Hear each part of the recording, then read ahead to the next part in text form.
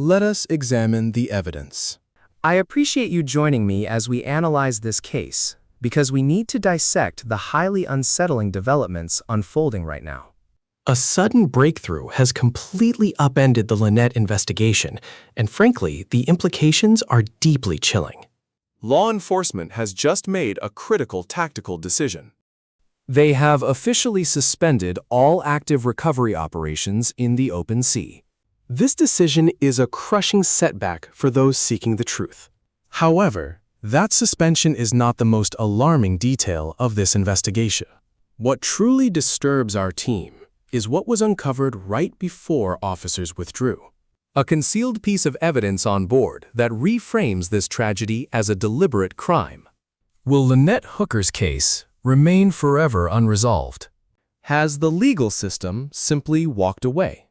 Is a calculating killer walking free while this active file gets swept under the rug forever? It is deeply frustrating, but analyze this next point closely. The evidence we are examining today alters our entire understanding. This specific anomaly might be the exact piece of evidence that leads us straight to the perpetrator. Analyze these findings with me, share your professional theories, and let us focus on the details. Let us examine the core evidence of this complex case file. The latest discovery by the forensic team is deeply disturbing. Between April 10th and April 13th, law enforcement was aggressively investigating the disappearance of Lynette Hooker. During this time, the Soulmates tracking system went totally dark on 3 separate occasions. Consider the timeline. A spouse is missing at sea, and authorities are actively searching the vessel for evidence. Yet, the vessel's digital telemetry repeatedly vanishes from tracking monitors over and over again. This defies any logical explanation. What is the tactical motive for hiding a vessel's coordinates after a fatal incident? It points directly to active interference. This suggests a deliberate effort to conceal evidence, executed right in front of the detectives working the case. But the anomalies become even more suspicious when we reconstruct the timeline of the initial event. Journalists analyze data from VesselFinder, a prominent global maritime tracking system. They retrieved the official telemetry logs from the exact night Lynette disappeared, on April 4th. The records indicate that at exactly 9:29 p.m., the yacht's system suffered a massive 11-hour blackout. The signal did not reappear until 8:40 a.m. the following morning. This represents a critical investigative void. Consider the gravity of this. For 11 hours and 11 minutes, the vessel was completely invisible.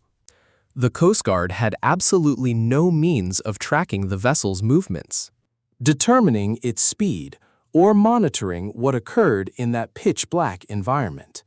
We must ask, could such an outage occur strictly by chance? To verify this anomaly, journalists consulted Kenneth Angerand, a prominent maritime law professor at the University of Houston Law Center. His expert analysis completely refutes any technical excuse. He established that these marine tracking systems do not simply fail and reboot on their own.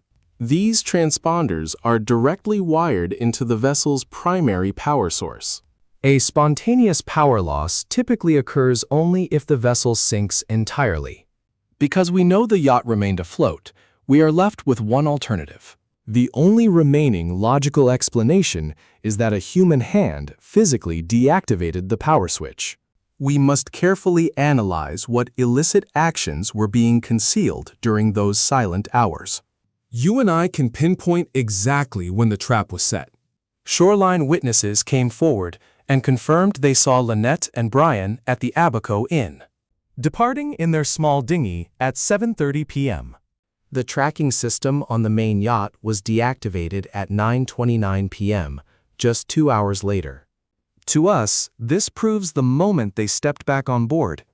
Their primary objective was not to rest, but to instantly kill the digital trail. This calculated timeline is deeply disturbing, but it points directly to the bizarre story Brian told police. He claimed that a sudden storm with violent 3-foot waves battered the boat, creating a chaotic nightmare that threw Lynette straight into the dark ocean. It is a narrative engineered to elicit sympathy for a tragic accident. But it instantly triggers our suspicion, because objective satellite data completely exposes it as a lie. Official marine weather reports from that night near Elbow Cay show that the sea was entirely flat and calm, with no dangerous waves anywhere. As investigators, we must ask how a suspect concocts a fake storm while his wife is drowning. But together, let's examine how deep this deception actually goes. When federal agents pulled the GPS data from the marine navigation app on Brian's phone, they uncovered a massive discrepancy. The specific coordinates he gave the police did not match his digital footprint, putting him miles away. This level of arrogance is something we frequently see in amateur cover-ups. He even claimed to investigators that Lynette accidentally dropped the dinghy's ignition key overboard, disabling the engine. But their own daughter, Carly Ellsworth, came forward with a devastating statement that completely shattered his defense. She revealed her mother never operated that dinghy, and Brian was always the only one holding the key. It is a calculated web of lies that leaves our team speechless. Now, let's look at the highly expensive equipment found inside the vessel that he deliberately refused to touch. As we move our focus inside the cabin, this is where the cold, high-tech forensic data truly begins to speak. The vessel housed a $33,000 thermal FLIR night vision camera, capable of easily detecting the heat signature of a human body in pitch-black waters. Yet, why did Brian refuse to activate it to locate his drowning wife? He concealed its existence from our investigation for an entire month, until his associate Dan Danforth revealed the truth to federal agents in May. This deliberate, high-tech silence shows a chilling, total lack of urgency on his part. Even more suspicious. Journalist Ashley Banfield revealed that Lynette's Apple Watch, worn to dinner, was not lost at sea. Federal agents discovered it dry and undamaged inside the boat's living quarters. This physical evidence is why federal agents officially seized the massive Soulmate yacht in Fort Lauderdale and transported the 8-foot hard-bottom dinghy from the Bahamas to a forensic lab. Our technical teams are analyzing every single wire right now, which brings us directly to Brian's bizarre actions the moment he left the island. The very second the Bahamian police released Brian on April 13th, he claimed his sole focus was finding his missing wife. Within 24 hours, he boarded a private charter, fleeing directly back to America to secure a high-profile defense attorney named Crystal Marie Hauser. This evokes profound sorrow and outrage, while a massive Coast Guard cutter and advanced aerial drones and specialized canine teams desperately combed the vast ocean, searching for Lynette's remains. Our prime suspect was spotted casually browsing a Sierra store in Michigan, acting entirely unfazed before drifting through California and Oregon. Then, on June 10th, intelligence confirmed that the moment his elite legal team assumed control, the suspect went completely silent and refused to cooperate with federal investigators ever again. Now, a close associate has dropped a massive bombshell, revealing he may be planning a run for the Mexican border, knowing investigators are watching his every move. Yet, seasoned former prosecutors Julie Rendelman and Tad DiBiase see right through this play. Federal agencies are playing a highly calculated waiting game, measuring the precise distance between those two critical GPS blackouts to construct an ironclad indictment based on clear consciousness of guilt. They are ensuring that when the trap finally snaps shut, every single escape route is completely sealed.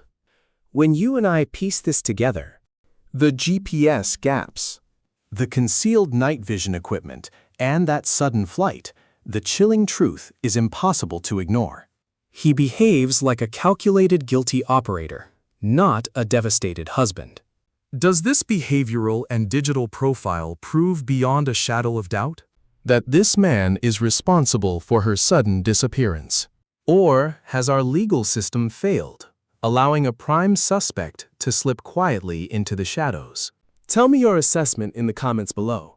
Lynette was abandoned, left to vanish into the dark, and we cannot allow her story without justice.